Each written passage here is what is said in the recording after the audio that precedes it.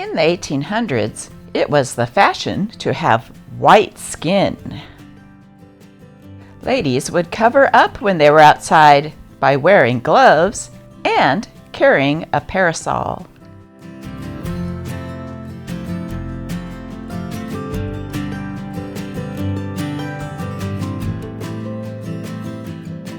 Parasols then had to match your wardrobe with lace and crochet and silks. Make sure you watch to the end of this video and you will see a selection of 1800s parasols. It is now time to read a newspaper together.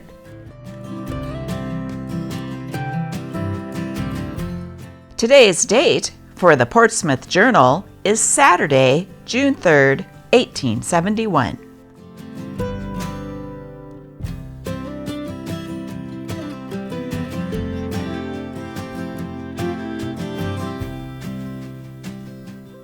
A fearful situation.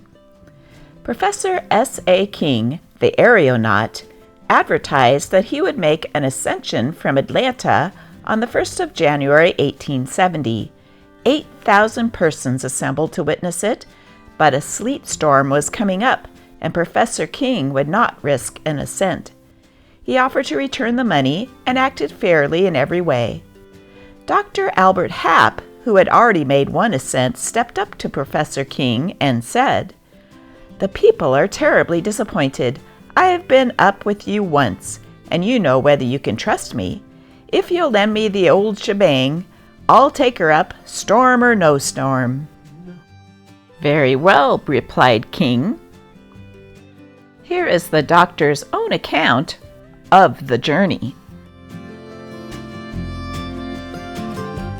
The small quantity of ballast carried gave such great ascensive power that it required but 2 minutes and a half to reach the altitude of 1 mile. The cheers from the crowd below could no longer be heard. All was silent, except the spiteful driving sound of the winter rain. I was well aware of the rapidity with which I was traveling, but as the neck of the balloon was 25 inches in diameter and entirely open, no danger was apprehended. A heavy sleet and snow commenced falling, and it was so intensely cold that I was anxious to get through the clouds and into the bright sunshine beyond. I had decided to remain up all night and to prolong the voyage as far as possible. I was awakened from my reverie by a sharp explosion.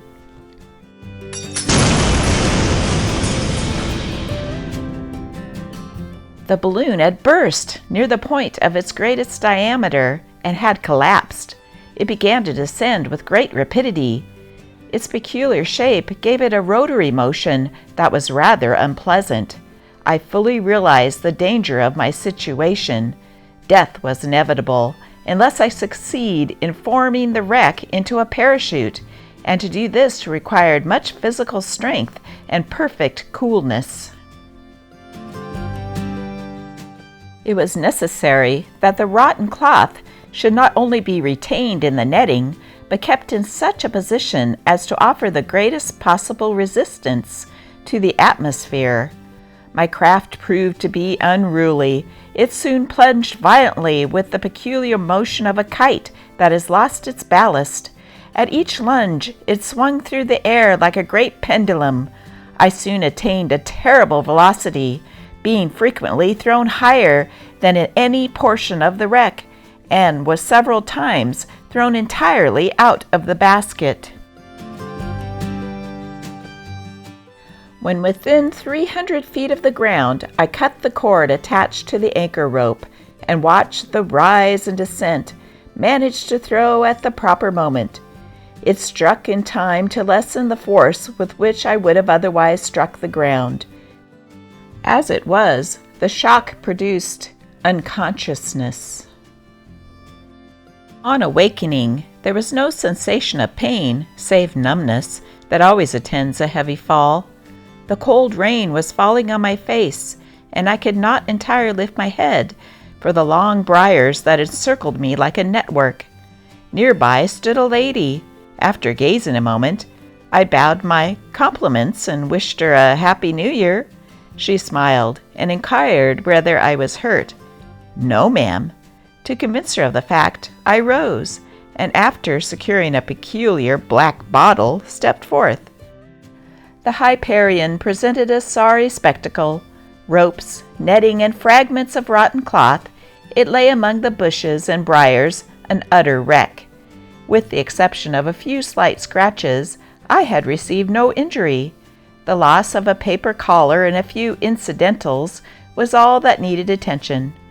All wants were supplied, and in a few minutes I was again with my friends.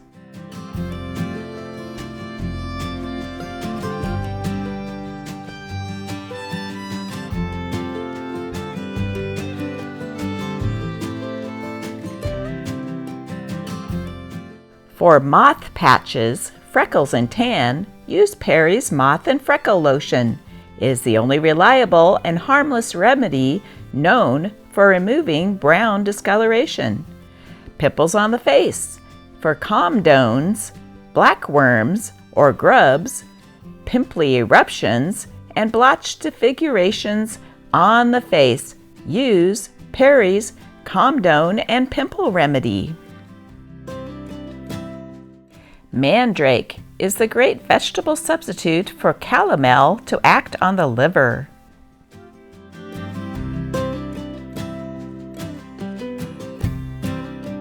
Brown's bronchial troches will most invariably give instant relief for bronchitis, asthma, catarrh, consumption, and throat diseases.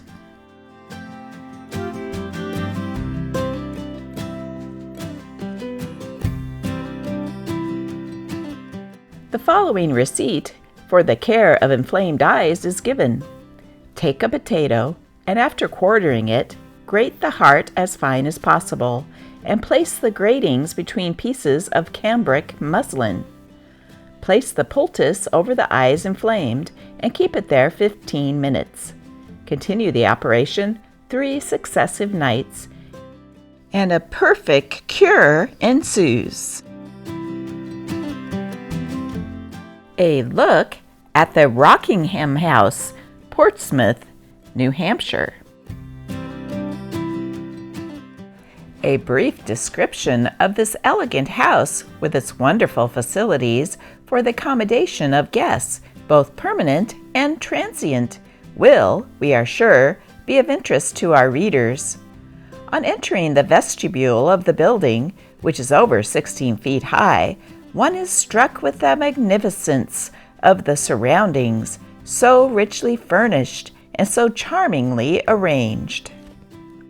The woodwork is of oiled black walnut, white ash, and chestnut, and set in panels. 2 rooms on the lower floor, which might from their furnishings be called the Red Room and the Green Room, are elegant and luxurious apartments. And the dining hall. It does make one's mouth water as he first beholds the tempting surroundings. Every room has an open grate. Rooms for hot and cold and shower baths are provided. Plenty of closet room. The building is heated by steam, and each room having a radiator. There are in the house 130 rooms for accommodations of guests.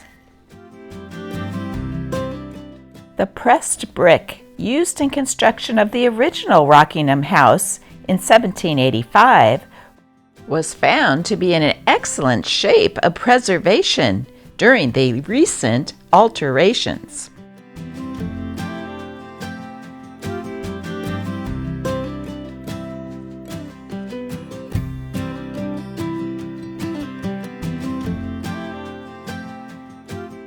Whoever has traveled life's dull round, wherever his stages may have been, may sigh to think he still has found the warmest welcome at this inn.